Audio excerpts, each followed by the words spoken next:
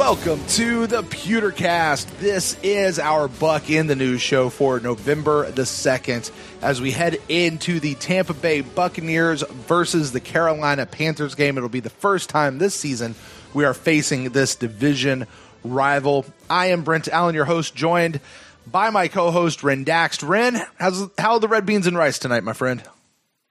They're fine. They're good. Brent is referring to I was eating when I first got on the pod because, I don't know, time just got away from me. And it was like, hey, I got a pod soon. Hey, I should probably eat something before I do that since we're not podding till 10 p.m.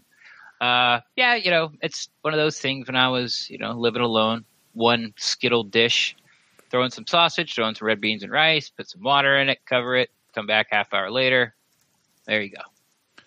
Very fun, very fun. Well, I had some good food myself earlier today. Made my way out to the Epcot Food and Wine Festival right over there in Orlando. So lots of fun food. Not really going to go into all of that because this is not about food. This is about the Tampa Bay Buccaneers. This is our Buc'In the News show. And for those of you who may be a little unfamiliar with how this show works, here's the basic idea.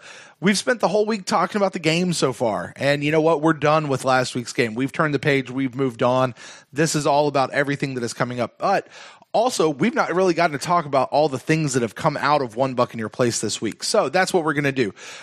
First thing we'll do is we'll talk about the transactions, and we'll look at the team roster and how that may have changed this week. We'll also take a look at the headlines and what's going on there, all the little fun news bits that have come out of Buccaneers headquarters. And then we'll certainly take a look at the injury report as we turn towards the Panthers game, and we'll take a look at our predictive inactives, which can certainly affect the game as well. And that'll be our show. So, Ren, right off at the very top, buddy, let's go to the transactions report. Do what? Click. There you go. I feel like we should have, if I edited this show better, and I could probably do it, but I'm not going to, there'd be some transition. Not doing it, though. Yes, I know. All right, let's see here. Buccaneers, maybe in a little bit of a surprise move, maybe not, have released linebacker that they signed last week, Kevin Minter. I remember we seemed a little excited about him last week. I'm not excited. I don't know if that's the right word. But we've already released him, and we signed to the active roster cornerback Javian Elliott back from the practice squad. He's kind of gone up and down a little bit. And then to replace him, we brought back our running back, Dare Ogunbowale. And that's really it. That's the only moves we made. We bring back Javian Elliott to replace, I guess, an injured MJ Stewart, which we'll get to that during the injury report. He will be out for this week's game. So we bring Javian back. But are you surprised, Ren, that Kevin Minter is the person that they released to make room for Javian on this squad? Not really. You kind of go through who else were they going to release? We brought him in for linebacker depth, but we really had enough with Cam Lynch, and then signing back Riley Bulla. Devontae Bond came back the week before, so even though we did lose Quan Alexander and Zach Sitchie, it was just sort of an easy fix or an easy fill-in with Bond and Riley Bulla. We also have that other new guy at linebacker as well, the Nunez Nacho Ron. Oh, he's a DT. Oh, he's a DT. Okay, never mind. Don't listen to me. Don't listen to me. He's a DT.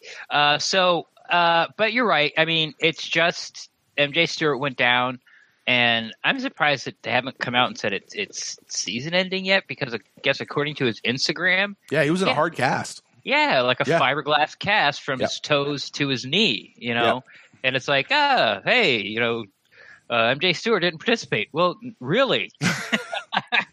Yeah, the caption on that Instagram thing said, "Welp." Yeah, exactly. Now, I don't even know. I don't know MJ Stewart enough. If that's even his Instagram. I'm sure it is. And who even knows if that was his leg? But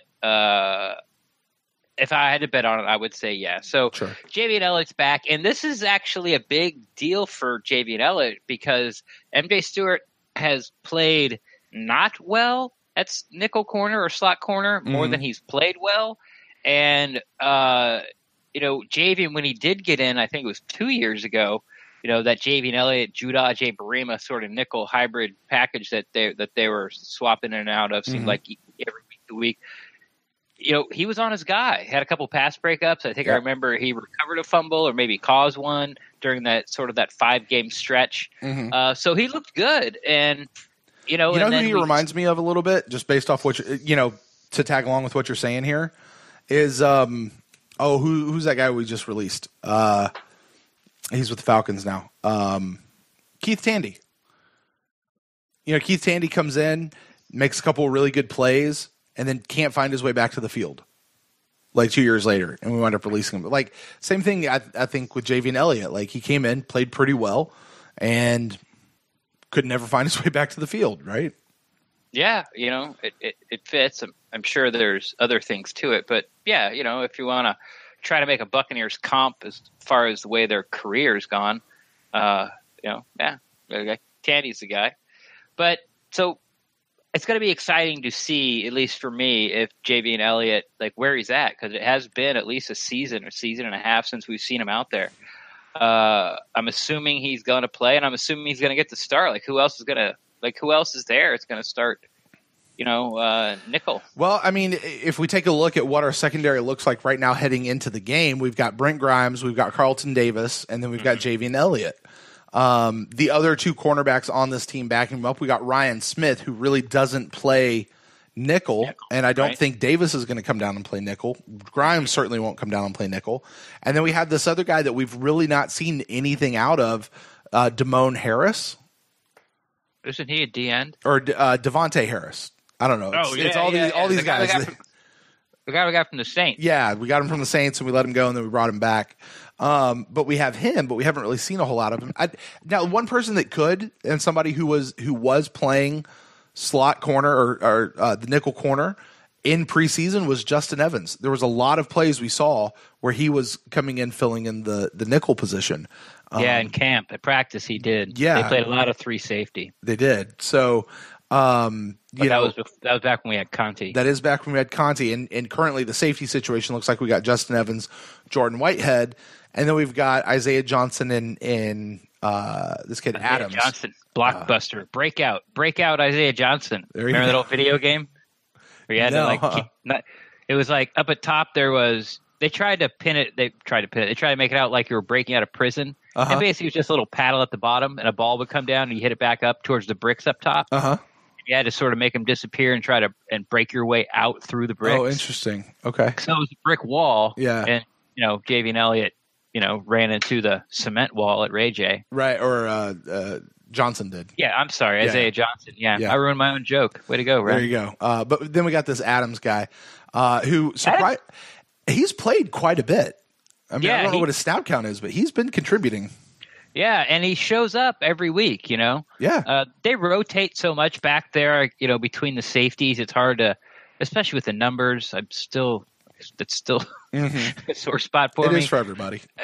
So because you can't tell who's who with the numbers. But you'll see him show up, at least once per game. We're like, oh, hey, there's Adams, and it's a good play. So, see, but you also usually don't know for me, it's Adams. Who's Adams? What position is he playing? Where is he?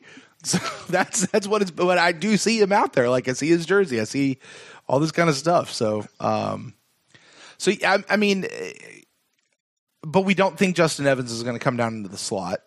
Given our the lack of depth at safety really right now, I guess. If they play 3 safeties, I would say Adams would come down. Okay. If push came to shove, I really would. Sure. But we do have Javian Elliott, who does have quite a bit of experience. He's been around the team for quite a while. Yeah, I think he's in. He would be the guy. Yeah, he'd be the guy that I would expect to see going there. So now, is there anything to do with releasing the linebacker of Kevin Minter having to do with, spoiler alert, Kendall Beckwith being back in practice this week? Well, yes and no. Because he's not signed, right?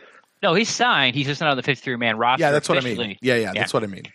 Yes and no. Like when I saw Minter first get released, I'm like, okay, there we go. Beckwith is back. But then I remembered, they have sort of 3 weeks to decide what to do with him. Mm-hmm. At any point in those 3 weeks is they can either activate him on the 53-man roster, which means they have to cut somebody, or they can put him on the PUP list, physically unable to perform list, but that would sit him for the rest of the year. So they have this 3-week window to decide what to do with him.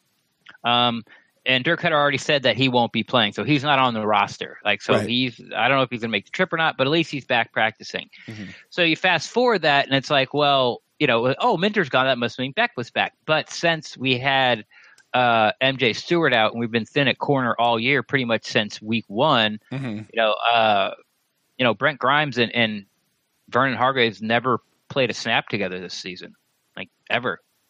That's true. Yeah. So we've never had our starting 3 corners all healthy and played a single down all year. Mm-hmm. So, with MJ Stewart going down, then that's why. And then you take off Minter, so you had to bring JVNL up to fill that, what we said, starting spot. Mm-hmm. But looking into the future, right now we have enough linebackers. We got guys that can play special teams. So more of a, I guess, sooner than later thing. Sure. All right. So that's what we got there. And then, by the way, just to put a cap on that whole thing, our current linebacking core, in case anybody is wondering, moving into this Carolina game, we've got Levante David, Adarius Taylor, and Devontae Bond. That'll be the starting 3. And then we've got Cameron Lynch and Riley Bulla backing them up, playing special teams as well. So that's what that will look like. How'd you think Devontae Bond looked in this last week's game? I didn't really see him until he got beat on that wheel route. Mm-hmm. That's the only time I sort of showed up. Yeah. So it'd be unfair. Yeah. But, as a fan of fan podcasts, you kind of talk about splash plays. Mm-hmm. And that's the only time I really saw him was, hey, linebacker can't cover a wheel route. What a shocker. I mean, none of them can. Let's not. Yeah. I mean, I saw Levante David in a Browns game. He just tackled the guy, and they didn't call. They didn't call a penalty. Right. It was. Go ahead. Well, I mean, just given the fact that Cam Newton is such a running quarterback, and it seems like the people that would typically cover him more so than anyone would mostly be the linebackers. Because if Cam's out running, he's probably getting past the line of scrimmage. So it's not going to be your line guys. So we're really talking about those linebackers, maybe even the guys out of the secondary. It'd be interesting to see what he chooses to do this coming week with how that goes. So, but anyway, that is the transaction report. Let's move over to some headlines that we had. Ren, lots of stuff came out of One Buccaneer Place, or the Advent Health Training Facility Center thing there on Martin Luther King Drive. I think there's only about 2 people that call it that. Yeah. That don't actually work for the Buccaneers. That aren't forced to call it that, yeah. Yeah, exactly. Right. It's one of those, I'm kind of curious just on because it's as a broadcaster, as a podcaster, referencing the team headquarters is something we do quite frequently here. And so I notice it when other people do it as well. I'm curious how long it takes it for that name to sift into the rest of us, or will we just be staunch, stick our feet in the sand and say, I'm not moving. It's One Buccaneer Place, no matter what happens. I think it all depends on how cool the sponsor sounds. Yeah. If it was you mean Advent Health doesn't tickle you for you? Monster Energy drink, or it's the Lamborghini showcase at One Buck. I was down at Lamborghini showcase, the other day. Mm-hmm. But Advent Health Center training facility, it's a mouthful. I tell you what, I will commit. It's not easy to remember, and since I'm not getting paid to say it, there you go. I'm saying $1. There you go. I was going to say, everybody knows what I'm talking about. I was going to say, I will commit to calling it by its proper name of Advent Health, whatever. When Advent Health send us a check to start cutting me a check, right? Because otherwise, everybody knows what we're talking about. I'll even hashtag it on my tweets. There you go. I'll put up a sign right behind us here, Advent Health Training Center, a picture of the building, and making sure it's in big block forms. Anyway, what headlines. Font would you go with? Do what? What font would you go with? Oh, comics, papyrus. Go with papyrus. I do hieroglyphs. Yeah, it's the snake and the guy with the ankh and the dude getting water and a goat. Don't forget the bird. Oh, yeah, that's right. The bird, right or left, or dead bird, alive bird. The 2 feathers. Yeah. Anyway, news coming out. Let's Aziz light. Let's see. If anybody out there got that, congratulations, and I'm very proud of you. One of my favorite movies. All right. So news coming out. Quite a bit actually has come out. Some of them are just like little fun tidbits here and there. Some things to talk about. Let's hit it's not really the big one as much as just. I was actually a little surprised. Jameis Winston did speak to the media this week from his locker. From his locker, right? And, obviously they talked to him about the obvious thing. Well, people can go watch that. He talks about how humbling it is. He's never been benched before. He has the fun little, the fun line of, it's just a step back for a comeback. Minor setback for a big comeback. Major comeback. Yeah, something like that. Something inspiring like that so he got from his dad or, his pastor or a book or some audio book that he listens to in the morning at 5:00 on his way into the facility. But what really struck me was he was asked the question about being back with the team next year, and his answer was, "I hope so." All right. What do you make of that? I think it's dawned on him because it's funny because right before that, it was like, were you surprised you got benched? He's like, yeah, I was. It like came as a surprise, And then, but then he figured out real quick that, even though I think it's extremely unlikely, and he probably does too, but you can't sort of say that. You just threw 4 interceptions, cost your team, the game, were suspended for the first 3 weeks. Your backup's playing better than you, and you can't go,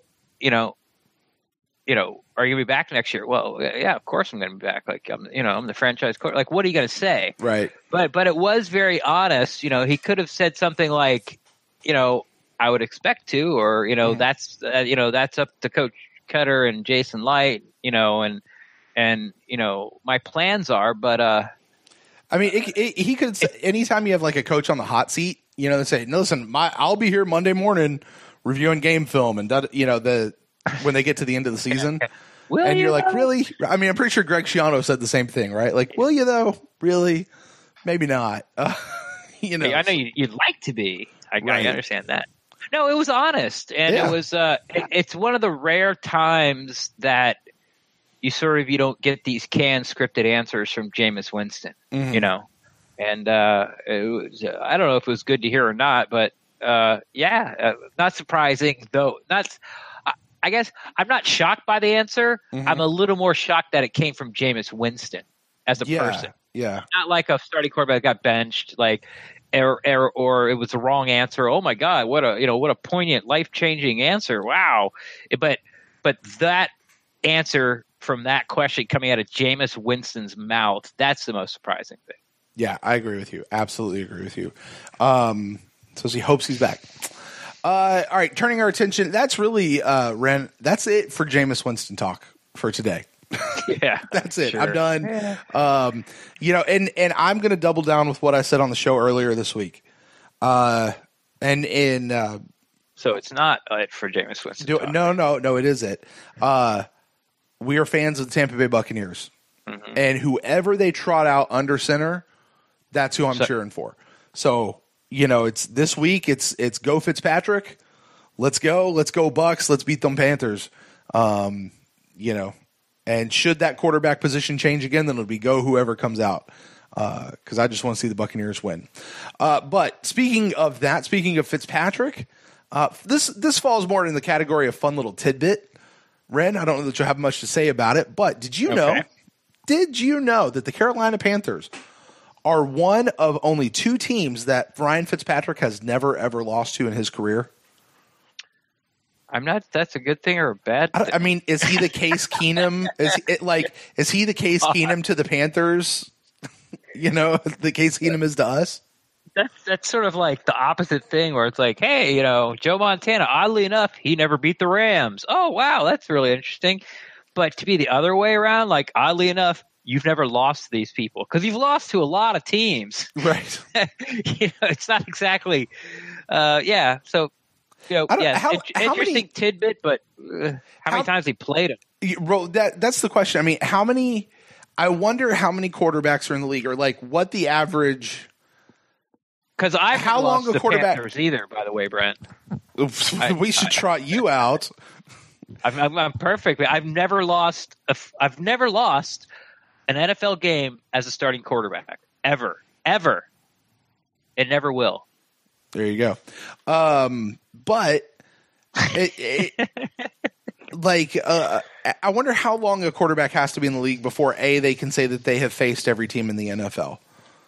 Like, what's the average of that? Like, is it 5 years, 4 years?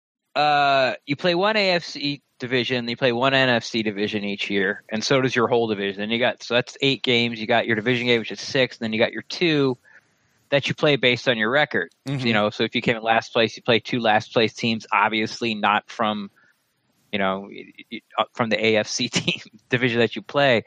So let's say 1, 2, 3, 4, 5, so it would be 4. I guess it'd be 4 years, really, because if it constantly rotates, it'd be 4. You'd have to play 4 full seasons. So by your 5th year, you should have played every team in the NFL. So this is his 14th year. So you presume he's played every team. Nah, but he's bounced around so much. But he has bounced around. But you would assume that if all things being equal, he's played every team at least 3 times. I don't think so. I wouldn't. Anyway. I mean, he might end up playing he might have played the NFC East 4 years in a row because they kept bouncing from team to team to team to team. Right. But anyway, all of that to say, Ryan Fitzpatrick. 7. Well, I mean, what was the other one we got last year with the Patriots? Like, Bill Belichick has never lost. Never won a game in Raymond James Stadium during a regular season when the humidity was above 76% and the moon was full, but it was a waning moon. Yeah. During sweep. Right. Hey, here is I don't know, what do we want to call this? Call this a sack alert. JPP is just 2 sacks away. And we have how many games left in the season? 9 games left in the season. 2 sacks away from ending the drought of not having a player reach a 10-sack season mark. Yeah, it's sort of surprising how much pub this is not getting. Mm-hmm. Because it's sort of been, what, the media has talked about pretty much 2 or 3 years after Simeon Rice. Is this going to be the year? It's going to be the year. It's going to be the year. Mm-hmm. And getting 2 sacks in a game isn't, that's not unusual. So it could happen this week, and there's no build up to the story. There's no write up about it. There's not really much, talk about it, at least, in the digital media. So, and honestly, I'm kind of the same way. I'm sort of over talking about it. It's once you think okay, it's going to happen. Now, obviously it can't, but chances are really good that it's going to happen. And now I'm just it's, I don't really know how to explain it. Now it's okay, it happened. Okay. Now what, I'm sort of ready for the story to be over. Yeah. And when the story will be over? When we break that mark. So, but listen, it was a great pickup. Yeah. For a third rounder, you can't say enough about what JPP's done. And the other thing too is JPP, he's come out and of course he doesn't know the future. He doesn't, anything could happen, but he talks about he's looking to leave his mark and make his mark here. Here with the Tampa Bay Buccaneers and what he wants to do. So, in Lord of the Rings, the Uruk-hai had the white hand. Yeah. Actually, that was that was Salamon's symbol. JPP leaves his mark. Right. I wonder what that looks like. That better be cool looking. You know what I'm saying? Mm-hmm. The 3-finger death punch. Right. Maybe a good clan name in videos, and that's just the symbol. Right. The wet paint dripping 3-fingered hand. Speaking of a 3-fingered hand, Kendall Beckwith returns to practice this week. Yeah. I don't know that there's much to that. I mean, he's not been activated to the roster. But he's back. Yeah, he's back. Good to see. Well, his clock has started ticking. It's sort of how we've already talked about it, right. his situation and when he can come back and what it means and all that kind of stuff. So, has the defense missed him? I mean, it's yes. No one's talking about the defense, which is sort of fine because I think now that Fitzpatrick's back and I'm not expecting him to turn the ball over like 3 times a game or 4 times a game. Mm-hmm. I've had this feeling that the talk's going to go back to the defense like it was, like a couple weeks ago. It was like Mike Smith, oh my God, like everything in social media and all the podcasts, like Mike Smith, why does he still have a job? Right. But was Beckwith would have made that big of a difference as like a guy that's on the field like 25% of the time? I don't know, but he's a good player. Yeah, I'm sure the defense will glad to have him back, but it's not like getting back Gerald McCoy, which we're getting back. Which we are getting back, and we'll get to that here in just a minute. All right, Kendall Beckwith. I don't know. I feel like we have missed him on multiple levels. I think he certainly could help provide an upgrade to what we have right now, especially given the injured nature of our team right now. So, and that of course is assuming that he plays at least to the same level that he was playing last year, if not having taken a step. But hard to do considering he missed basically the entire offseason. I mean, entire offseason. He hasn't played. Did he get hurt at the end of last year? No, it was in April. So he hasn't played a down of I guess besides this week, but he hasn't played a down of professional football since January 1st, or whether it was December 31st, wasn't it? Yeah, something like that. Yeah, so, I mean, it's almost the end of this year. It's November now, and he hasn't played one down of football his entire calendar year yet. He's going almost a calendar year. Yeah. From official snap and who knows what he did training-wise, between the end of the season and before the accident.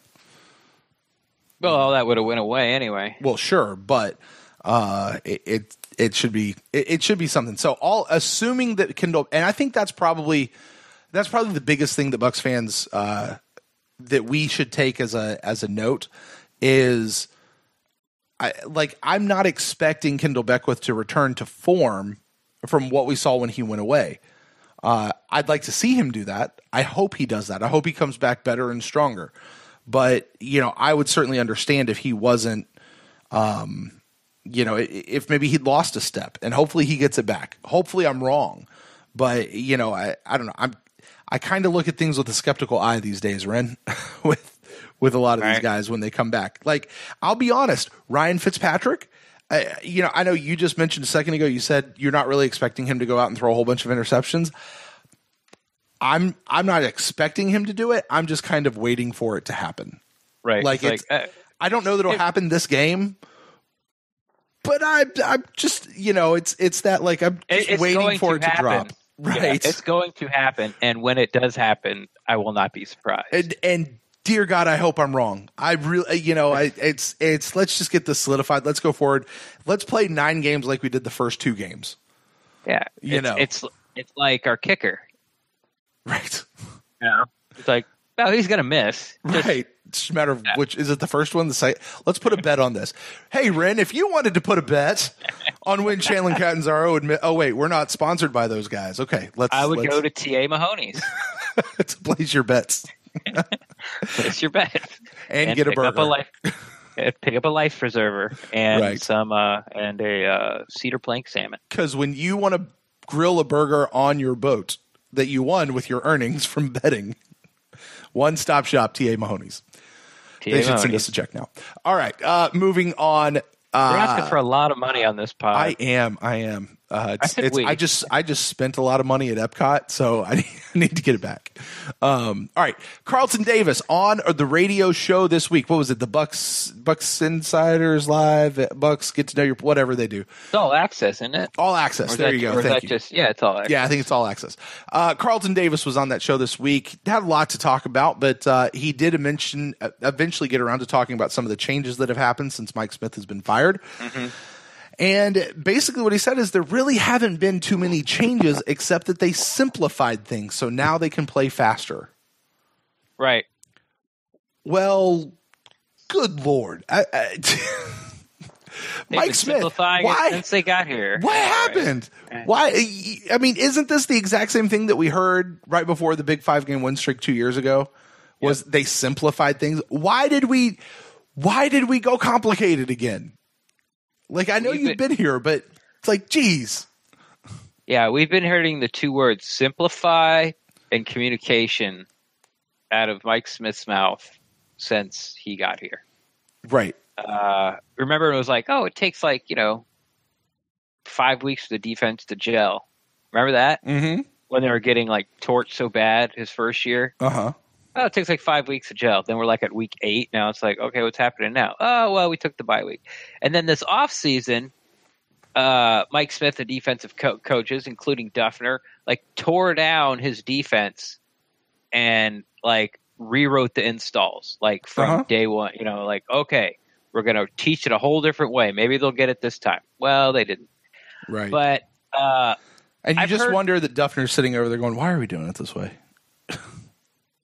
Let's do it this way. That's all right. I mean, but the defense is, and here's, I'll get to that.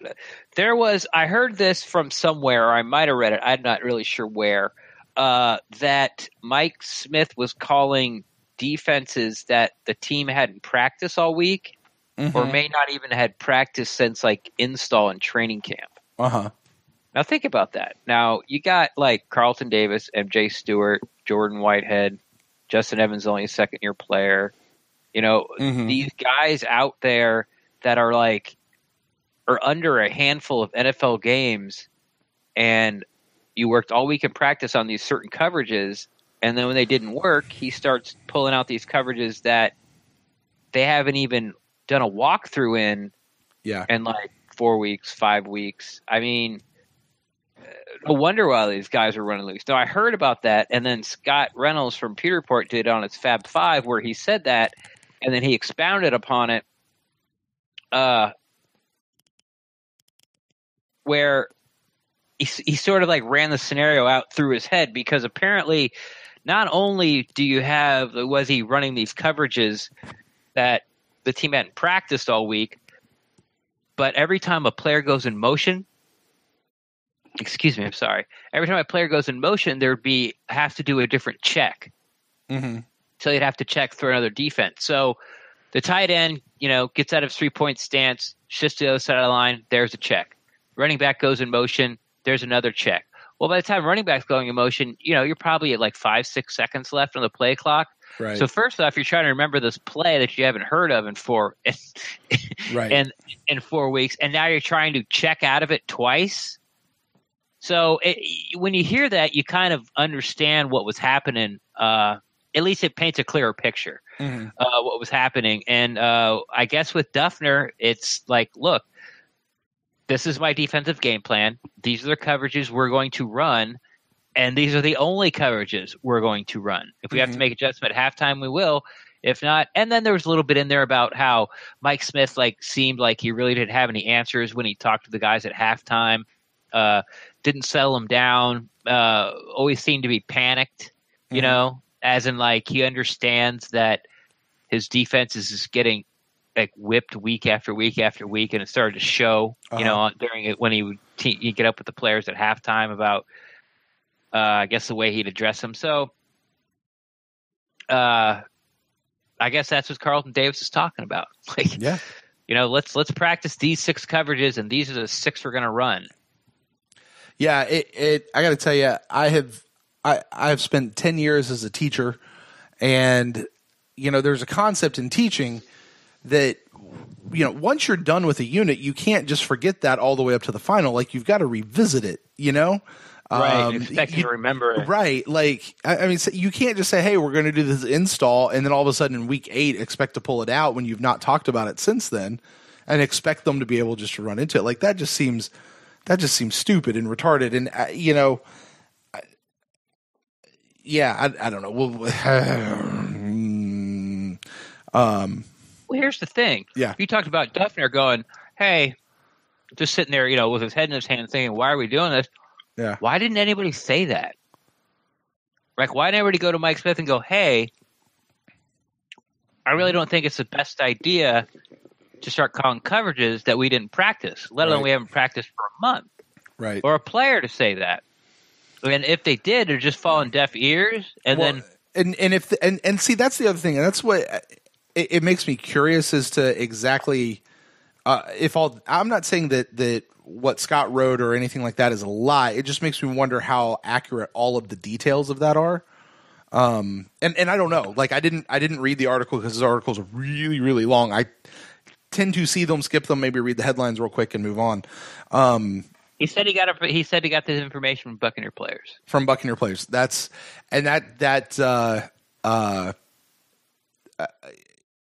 Yes, I'm not saying that Scott isn't being truthful or has shoddy sources. I'm just saying like there's always more than one side to the story. You know, like exactly what was happening. Oh yeah, yeah. So you hear that side, and you're like, "There's no way Mike Smith could possibly be that stupid." Exactly, and there's also, and as you say, there's no way that somebody didn't step up and say, "Hey, Mike, maybe we ought not to run that particular play since we haven't talked about it yet."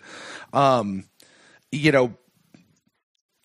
And even if he was, like, you've got to sit there and wonder, like, did somebody never tell Cutter and let him deal with it? Or, you know, because it just if you and I can sit here and say, wow, that sounds really stupid, surely they're saying the same thing, right? We're saying it's really stupid because it didn't work. Now, if we had like a top 5 defense, it'd be like, oh wow, these guys can really process information and think about it. I guess that's what being a pro is all about. That's why they make the big bucks. But since it's not working, all of a sudden it becomes stupid. Right. But no, what's stupid is it would be dumb if they tried it once or twice and it didn't work. Okay, that's dumb.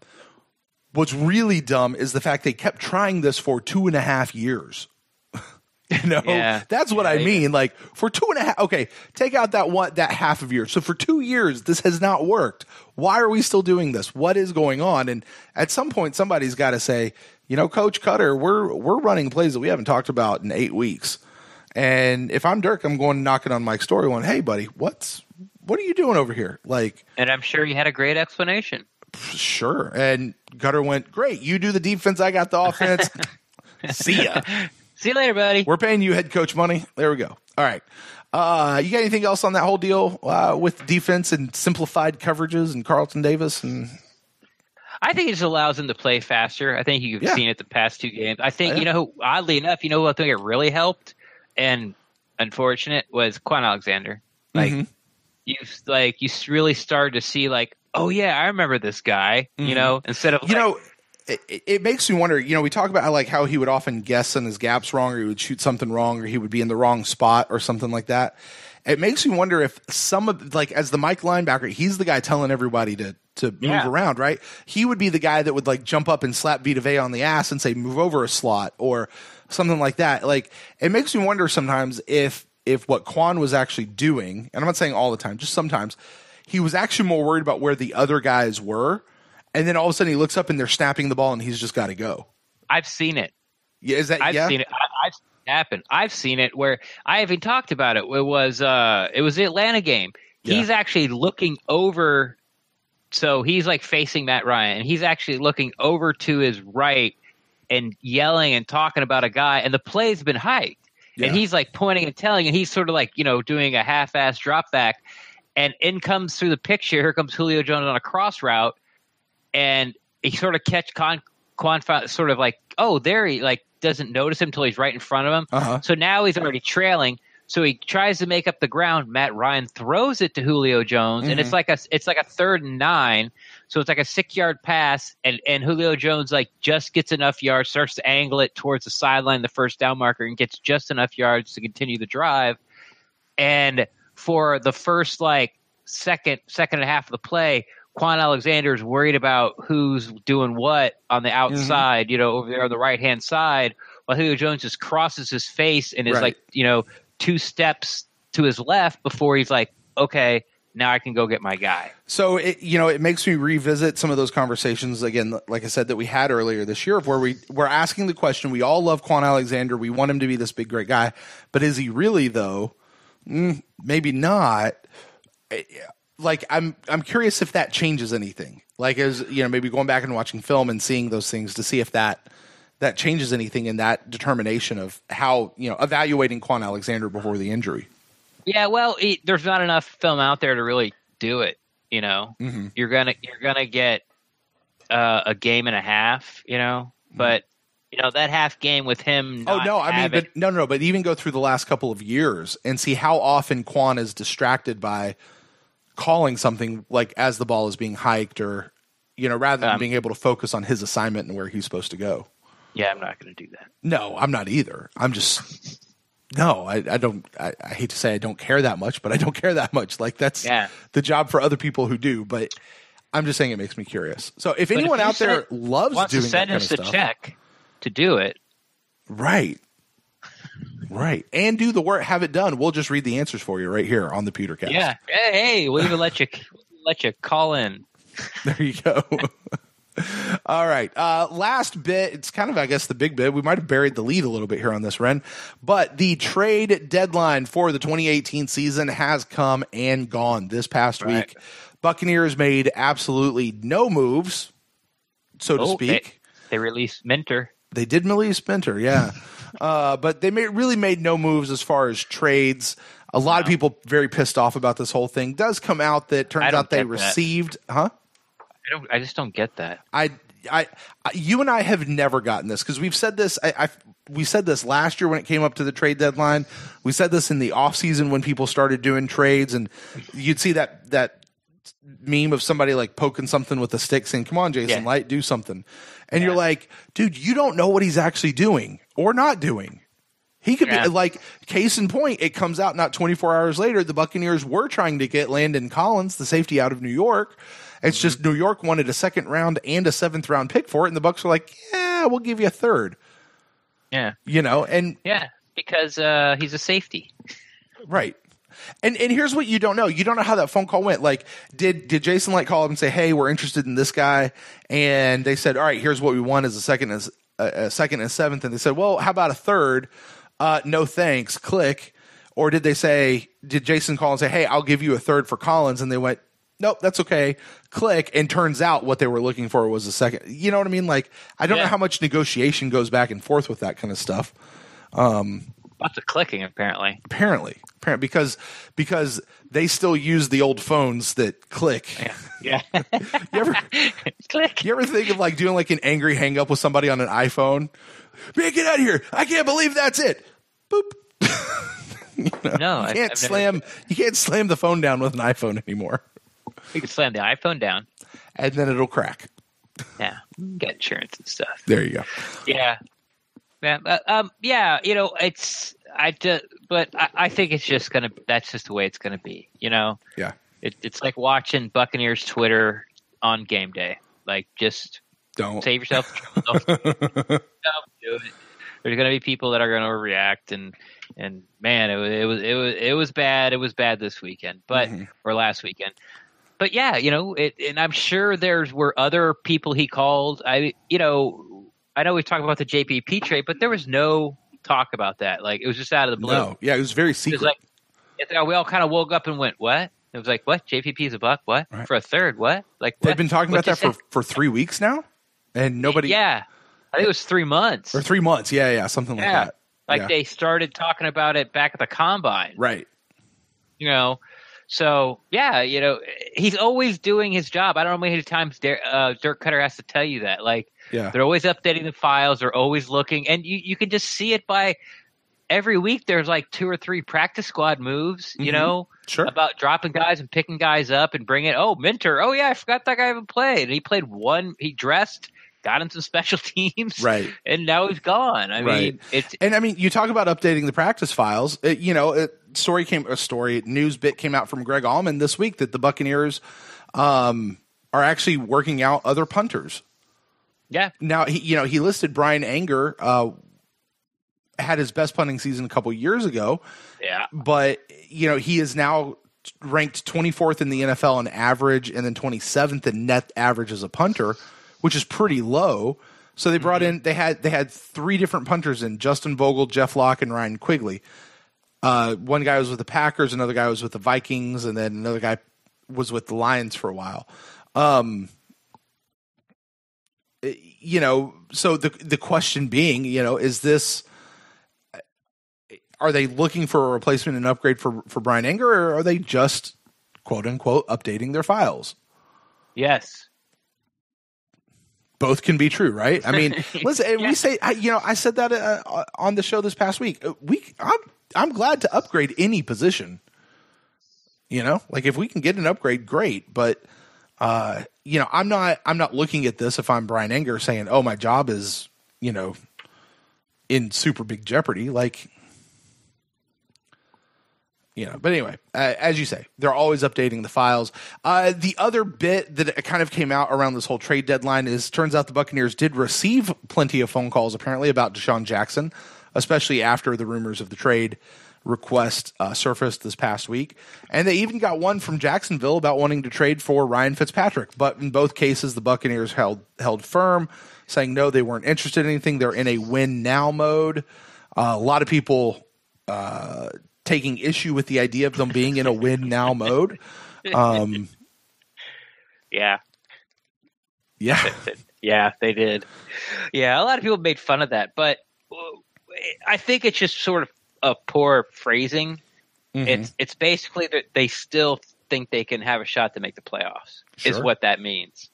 Saying, hey, we're going to win now, and then you see like the Saints go out and get give up draft picks and mm-hmm. basically mortgage their future to win like now, as in like this year. They're not all in, so to say, but they think they can make the playoffs this year, and they still can. I mean, mm-hmm. They're not getting blown out in these games. It's all these, except for of course the Bears game. I mean, all these games are close, and most of them they should have won. Like, mm-hmm. I think they should have won the Steelers game. Like the Falcons game, that you could have won it, not should have won it. Mm-hmm. Mm-hmm.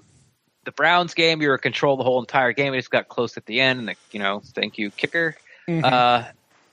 And the Cincinnati game, it was just turnovers. Like, the defense had no answer. I mean, they were beat up as hell on defense, but they had no answer for the offense mm-hmm. except interceptions. So the only game I think where we got outplayed was probably the Falcons game. I think that's the only game we really got outplayed. The Steelers game could have been 50-50. So if we're at the point where this, where we're at, and this is also something, I'm going to bring up Jameis here for a second. Oh man, this is all. No, sorry. This is also something that a lot of people, well, maybe everywhere. I'm not sort of saying, oh, you people forget. I'm just saying you should remember this when thinking about Jameis Winston and Dirk Cutter and Jason Light and sort of their record. Before last year, I'm talking about the Saints, Drew Brees and Sean mm-hmm. Payton. They went 7-9 3 years in a row. Why? Yep. Because they couldn't outscore. They couldn't outscore their opponents. Is basically what it was. If the Saints are going to win, they had to put up 40, and sometimes that wasn't enough. So you have Drew Brees, who was, he was a hair's breadth or just a season away from becoming the all-time passing leader. He was still the Hall of Fame quarterback, mm-hmm. 3-4 years ago, 3 years in a row below 500 with this offensive genius because Drew Brees couldn't score enough points to get the team to win. And I think that's exactly where the Bucs are at right now. Interesting. We'll see how that plays out. And we've been doing it for a couple of years, so hopefully that streak is also breaking. No, this is the first time we've had the offense. Like, we can score. Oh, I see see what you're saying. I'm saying if we're going to win, we have to win despite of our defense. And you're going to have to hang up 40 points on people week in and week out. All right. Well, Ren, that is actually going to wrap up our headlines section. So why don't we go ahead and turn towards the injury report, looking at this Carolina game as we go through. Now, we'll start with the injury report. We'll look at theirs first. They have one person who is out. Torrey Smith, wide receiver, did not participate all week. He is out for the game. He's really the only one who is out. Julius Peppers was limited in participation today, but he will go. Of course, everyone else will go. Cam Newton's on the injury report as well with his right shoulder. Please tell me he's right-handed. But he was full participation. Andre Smith, Greg Olsen, is also on the injury report, but he's full participation. So, Torrey Smith, big deal for No, he's probably available in like 86% of fantasy leagues. Yeah. That tells you all you have to know. There you go. How important he is of their offense. Yeah. So we're basically going to be facing a pretty complete Panthers team. Oh, God. Probably the most Sunday. complete team we've ever faced all year long. Right. Except maybe week 1. Right. I mean, I know they've been hit hard by injuries to offensive line, like in the preseason and early on. But, like, this is the healthiest. You can't get any healthier. You only got one guy out. Right. And he's not, he used to be a big name when he was, with the Ravens and could do some things, but he's just kind of bounced around. He was with the Eagles a couple years ago and disappointed. Now he's with the Panthers and he's disappointed as far as numbers go. So, yeah. I mean, they're healthy. They're ready to rock, man. All right. Well, that should make an interesting game on Sunday. But why don't we turn our attention to our beloved Buccaneers? First up on the injury report, Mr. Ronald Jones, a guy that had a little bit of trouble even being active for the first couple of weeks. He's come along nicely, I'd like to think, at least so far. Seeing the advances. He's got a little hamstring injury. He did not participate all week long, so he will be out. Hamstring injuries probably last several weeks, so this will most certainly not be the only week that we see him out. So I do hope that we get him back, but we'll talk about that in the next segment. Evan Smith, offensive lineman, is out for this game as well with a hip injury. Did not participate on Thursday and Friday. He did have a limited participation on Wednesday, but we'll see where he goes from there, and we'll talk about what happens here in just a few minutes to the offensive line as far as who we bring in as the next backup. But I guarantee you one thing, Ren. What's that? Your idea of sitting Caleb Beninock and starting Evan Smith in his place and then promoting Alex Kappa probably not happening this week. Probably not. Yes. Not looking good. Right. And then MJ Stewart, we talked about him a little bit earlier tonight as well. Cornerback, he's got a foot injury. He's in a hard cast. He obviously did not participate, and he will be out. Vin Curry, Gerald McCoy, who've been out both for the last couple of weeks, are full participation today. They are listed as questionable. They're going to go. And then also on the injury report, Peyton Barber, DeMar Dotson, Mike Evans, and JPP, all full participation today. All will go on Sunday. So that is our injury report there. Glad to get Gerald and Vinny back, Bryn. Yeah, we played the Browns and they were giving up a lot of sacks. You really didn't miss them in that game. Got a chance for Cardenas to get a couple sacks against his old team. But the Cincinnati game, who their offensive line, at least in Cincinnati, they haven't been happy with. It's sort of been, kind of the stuff you hear around here. Well, they're improving. Well, I think they've done okay, But the fans are like, oh, my God, our offensive line is terrible. And we got 2 quarterback pressures that just both ended up being sacks. Right.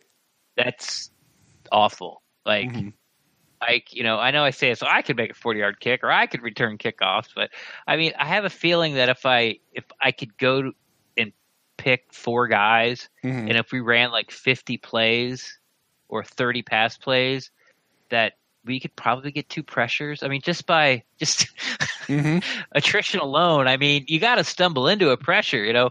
Offensive lineman trips over himself once a game. There's got to be one of those pressures where somebody just blows an assignment or has their eyes closed. But so that was not good. So yes. To answer your question, I'm looking forward to Vinny Curry and Gerald McCoy coming back. Yeah, and it'll be interesting to see. I think a question that some Bucs fans have been asking is, have we really missed Gerald McCoy since he's been out? Some people would say no. Some people would say, duh, yes, we have. I'll be interested to see if the defensive line gets maybe a spark with both of these guys back, especially now because have we had a game with these 2 guys with the new defensive coordinator? I don't think so. No. So I'll be interested to see what happens to those guys under a new defensive coordinator. Now, Ren, all of that said, that is going to bring us to our final segment of today's show, Predictive Inactives. We already know that Rojo, Evan Smith, and MJ Stewart are out for the game, which means we need 4 more people. What is our roster going to look like as we head into the Carolina game? I give it to you first, sir. What you got? You said Evan Smith, Ronald Jones, and MJ Stewart, right? So I've got Ryan Griffin. Sure. Obviously. Now, okay, just to, because I've seen it out there, and you hate it when I do this. Only if it's stupid. Okay, well, this is stupid. Okay. Is there any way that they activate Ryan Griffin over Jameis Winston? There's no way, right? Oh, there is a way. Come on, don't cutter me. Come on now, like, you know what I'm saying. Yes, there's a way, but I mean, come on. Are they going to? Is what you're asking me. Right. No, they're not. Yeah. No, because they're in win now mode. But that's really, it's true. If Ryan Fitzpatrick goes down for an injury in this game, and you think you still have a shot at the playoffs, you need Jameis Winston there, not Ryan Griffin. Right. And the reason only people are saying this because they have activated Jameis Winston's fifth-year option, which is $20 million. And if he gets hurt this year, they still have to pay him.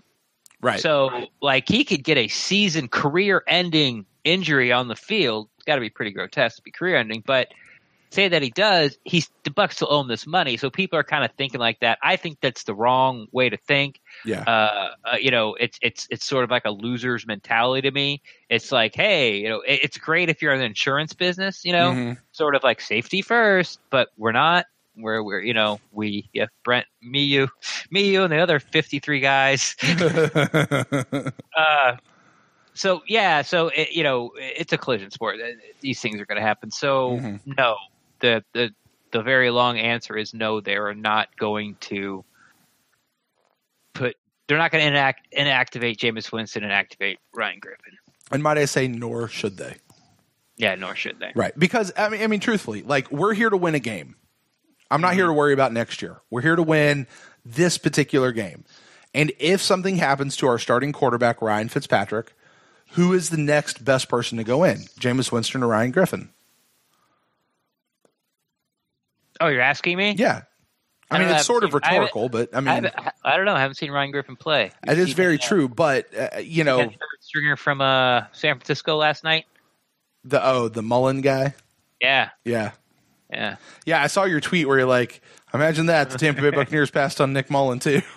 It's like, yeah, and like some people didn't know I was kidding. Well, first off, like, he was drafted the year before. I said, we've seen all this stuff, like every time Derwin James makes a play, it's like and we saw it the year before with O.J. Howard and Dalvin Cook. It's just so it's like the Buccaneers drafted Vita instead of Derwin James. Let that sink in, So I did that with the Mullins, and what made it obviously funny was because he went undrafted, and what made it even funnier was he was actually went undrafted the year before, and some people are like some people got mad. I don't know if they got mad, but they used exclamation points. They're like, what Hall of Famer? And some people found it hilarious. So I was on the hilarious side, by the way. Most people found it hilarious. I got a lot of likes with that one. Like, I'm probably up to like 50 by now. Nice. Yeah, which when you only have like 7 followers, that's a lot. There you go. It's real hard to do. So Ryan Griffin, who's not being activated, obviously. Mike Lidke, Go ahead. You think Kappa gets activated over Lidke? Well, we need a guard, right? Mm-hmm. Okay. Lidke was a guard, but he went out and played tackle. Right. So yeah, I'm going with Kappa. Just because of the guard tackle thing. I think Lidke's sort of like the backup tackle, and Kappa's the backup guard. Sure. But they might go with Lidke because he could play, 2 spots, guard and tackle. See, that's 4 spots. That's the thing, and is essentially between Alex Kapp and Michael Leakey, because you're right. It's really easy to say, okay, he's the backup guard, he's the backup tackle, whichever one we need in this game, that's the one we take. But Leakey does have that versatility factor, right? And so, and Leakey, by the way, has also been around for a couple of years. This is Alex Kappa's first year. However, Alex Kappa was also a 3rd-round draft pick. Michael Leakey was an undrafted guy. So, I think what you have here is you have draft status versus experience. Which one are they going to go with? And I mean, honestly, without having been there in practice, your guess is as good as mine, Right. So But I mean, I think that's the debate. The debate is between draft status versus experience, but for these two guys.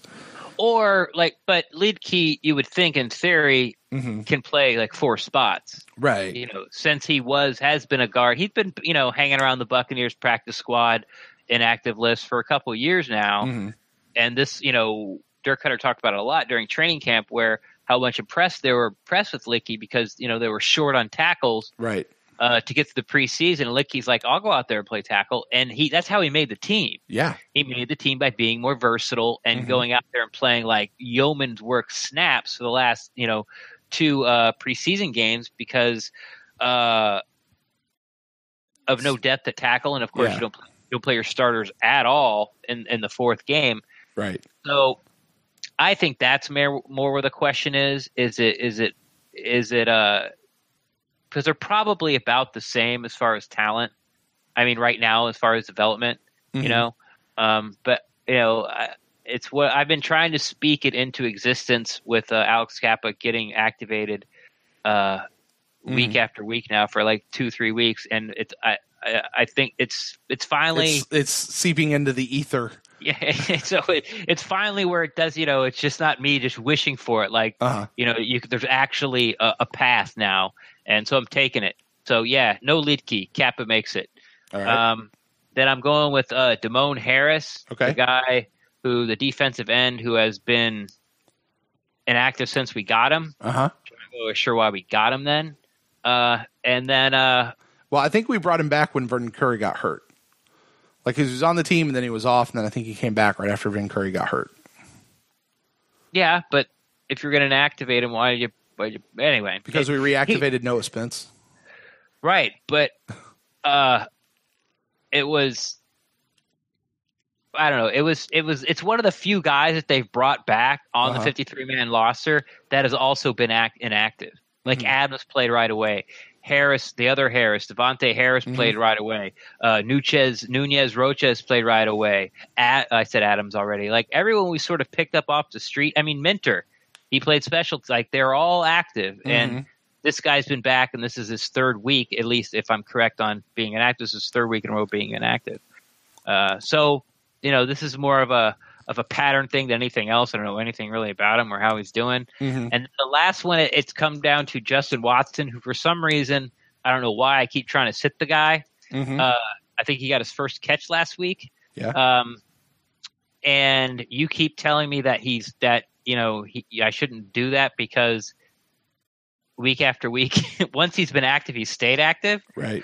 So I'm going with you. And since 2 defensive linemen came back, I'm booting another one out. And Nunez Roches is the odd man out for me. Yeah. The D tackle. Yeah, I'm actually right there with you on both of those guys. Damone Harris and Nunez Roches. With Gerald and Vin Curry both back, that pushes Noah Spence back to that kind of more backup spot, I guess, again, until they don't need him and he gets deactivated for a game. But we still have Bo Allen. We still have Golston. The only person on the defensive line we're missing right now is Mitch Unrein, right? Right. And he's not going to play. And he's not going to play because he's still in concussion protocol. So and again, he's never going to play again. Yeah. So these deep defensive lineman guys, I think those are the guys who sit. So I'm with you on that. You should be with me on everything unless you are evil and making Kappa sit over Lidkey. I am evil because I think that they're going to give experience the nod over draft status in this case. Right, we're making a bet on this. Okay. We actually have to make a bet. What's the bet? I don't know. What is the bet? Are we talking cash? Or are we talking wear your other team's colors? Or that's stupid. It's so stupid. So tired of that. It was cool like the first time you saw it. Maybe now it's just like the lazy go-to bet. It's like, I lay it out there, brother. Lay it out there. I will put money on this or whatever it is you want to drop down. Want to drop down? The loser has to jog to the other person's house. Sure. one of those people you take the bet knowing full well if you lose, you're not going to honor it. Oh, yeah, no problem. Pink slips? Sure, I'm down. Let's just bet $5. $5. Okay. $5. $5. All right. And you guys out there, you are witness. You have heard it. $5. Against Kappa being active or not. There you go. No. Over lead key. It's Kappa over lead key or lead key over Kappa. Well, I'm taking lead key. You're taking Kappa. Who's active? What if they're both inactive or both active? Then it's a wash because the bet is that one of the two is going to be active over the other. No. Then I want to change the bet. I want to change the bet to Litke will be inactive. Okay, and I'm saying Kappa will be inactive. Right. Okay. So if they're both inactive, we both win. So then we hand each other $5. No, it's called the wash, Brent. You can do that if you want to. if you want to go through the ceremony, yeah. Sounds good. All right. With that, Ren, that is actually going to be the end of our show. That's it? Yeah, and look, you know what? We didn't even have to go through mybookie.ag to take care of that. We were able to handle that ourselves. Yeah. $5 not going to close down our cookie.ag. Ren, why don't you tell the people, well, first of all, if you got any other thoughts as we head in towards this Carolina game, and then tell the people out there where they can find you on the internet, except during game time because you stay off of it. Do I? Supposedly. Yeah, supposedly. If I want to enjoy myself, I stay off it. Well, here it is. Like I've been pretty drained, since at least emotionally since Chicago game. Mm-hmm. The Atlanta game, I didn't understand why Jameis got the heat for losing. And then the Browns game, I didn't understand why Jameis got the heat for winning. And then the Bengals game, where I absolutely understood why Jameis got the heat for losing the game. He lost that game for us, so I got it. But these past few days, I think I feel like people have sort of understood that their freak out was over the top about hey, his career's over as a Buccaneer. Mm-hmm. Will he ever get a starting job? I think people are starting to realize that, you know what, he just threw 4 interceptions. Let's just let's stop carving his epitaph for this guy. So I feel a little more recharged, and I'm looking forward to going into this game. I think it's going to be close. I don't think Carolina is nearly as good as people think they are, or as their record indicates. I know you are what your record is, and that is absolutely true. But remember when the Redskins started 7-0 and then finished the season 7-9, mm-hmm. and everyone in that 7-0 start went, "Yeah, you guys haven't played anybody yet." And they went, "Well, you only play people in front of us," and then we saw what happened. So, Having said all that, I'm recharged. I'm ready to go. I'm feeling good about the Panthers game, and I feel like finally all this stuff. I guess social media and Buccaneer fandom has finally sort of washed over me, and I have sort of a new outlook. And I guess I have you to thank for that, with sort of a little checkup from the neck up with the hey, whoever they tried out there, that's what I'm rooting for. It's the name on the front, and that's the name on the back. There you go. I was getting tied up a lot in about who should know you're wrong about Jameis, or know you're wrong about, or you are right about Mike Smith, or or mm-hmm. Gerald, whatever, some polarizing player or coach, on our team, is with the fan base. I kind of got lost into that, trying to prove me being right. My opinion about that said coach or said player, me being right. But once again, that's all over. So I'm predicting a Buccaneers win. It's going to be – no, I'm not going to do that. I was going to do the forfeit one. Mm-hmm. 1-0, Panthers bust, crashes into a fiery flame on the way to the stadium. But I'm not doing that. I think Bucs win. Let's see. I think it's going to be 34 with 1 missed extra point. Mm-hmm. 34-24. 1 missed extra point. Going ahead and predicting it, huh? Yeah. 5 touchdowns with 1 missed extra point. 34-24. Wow. All right. That's what I'm doing. You can find me on Twitter at Rendax, REN_DAXT. I'm always down to talk Buccaneers football. And if you don't feel like tweeting at me, because putting out there in Twittersphere for everyone to reply to and tell you how dumb you are, go ahead and slide in my DMs if you have a question or anything for me. The slide is open. Lightning has cleared the area. There you go. We have waited the 30 minutes. Play ball. The slide is open. Yeah. As far as this game, I don't know, man. I like what our friend Derek over at What the Buck does, and that he always predicts the Buccaneers win. And I think I'm going to take that just as because I don't not claim to be a fan. Or I don't claim to not be a fan. So, because I am. So, I'll go for the Buccaneers. The question is does Fitzmagic return? Not Fitzpatrick, but Fitzmagic, right? And if they let loose and they go high flying and they do what they do and they can run up the score, then awesome. Should be a fun game for the Buccaneers. We should have a good afternoon. If not, Carolina team seems a little tough, so we'll find out. But as you said, they may not be necessarily as good as the record shows. So what do we say? I'm going to say 20. No, I think we hit the 30s. I think either way we hit the 30s. You got to be. Yeah. So let's win. You 12 to 8. You said 34. I'm going to go one less and say 33. Mm-hmm. And I'm going to say the Carolina Panthers come in at 31. Is that like 33 the traditional way, or is that 5 touchdowns, 2 mixed extra points? Yes. Because for whatever reason, Chandler Catanzaro is still the kicker on this team. Yeah. Why? Yeah. Anyway. I don't know. Well, he only never missed 2 in a row.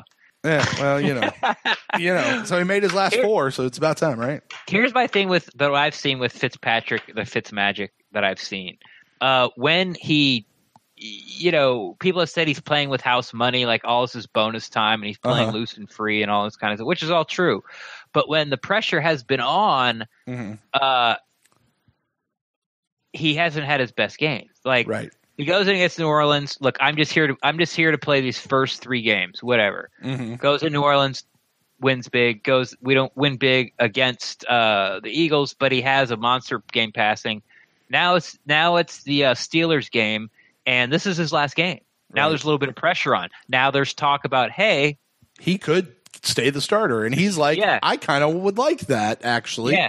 So now there's a little. Now he's got a little skin in the game. Doesn't have his best game. Mm-hmm. Now going in Chicago, he knows that as soon as he messes up, no matter the first game where he doesn't have a good game, he's pulled. Goes in Chicago, doesn't have a good game. Chicago scores so many points. They yank him to get Jameis, his job back. Now, this is it. We're back to Carolina. Dirk Cutter hasn't necessarily given him his job, so it's a week-to-week job. So what's Fitzpatrick we're going to see? Are we going to see the Fitzpatrick where, hey, I just had this job for a week, Jameis gets it tomorrow? Or do we see Fitzpatrick, hey, I need to play well because I want to play next week too? Yeah. And I think that's the difference between Fitzpatrick and Fitzmagic. Yeah, and I will tell you, I was going to say this, but I didn't. Make no mistake, Fitzpatrick wants to keep this starting job now. This is not, I'm just the caretaker Fitzpatrick anymore. This is, no, I still want to play football, and I'd like to keep playing football. So, there a lot of people have brought up that if he's under pressure or not under pressure, as far as keeping his job goes, that seems to make the difference. And this is a game. This is the time he is under the pressure. So, is he? Like, it's early on you could make it to like actual pressure. Like the Steelers brought a lot of pressure.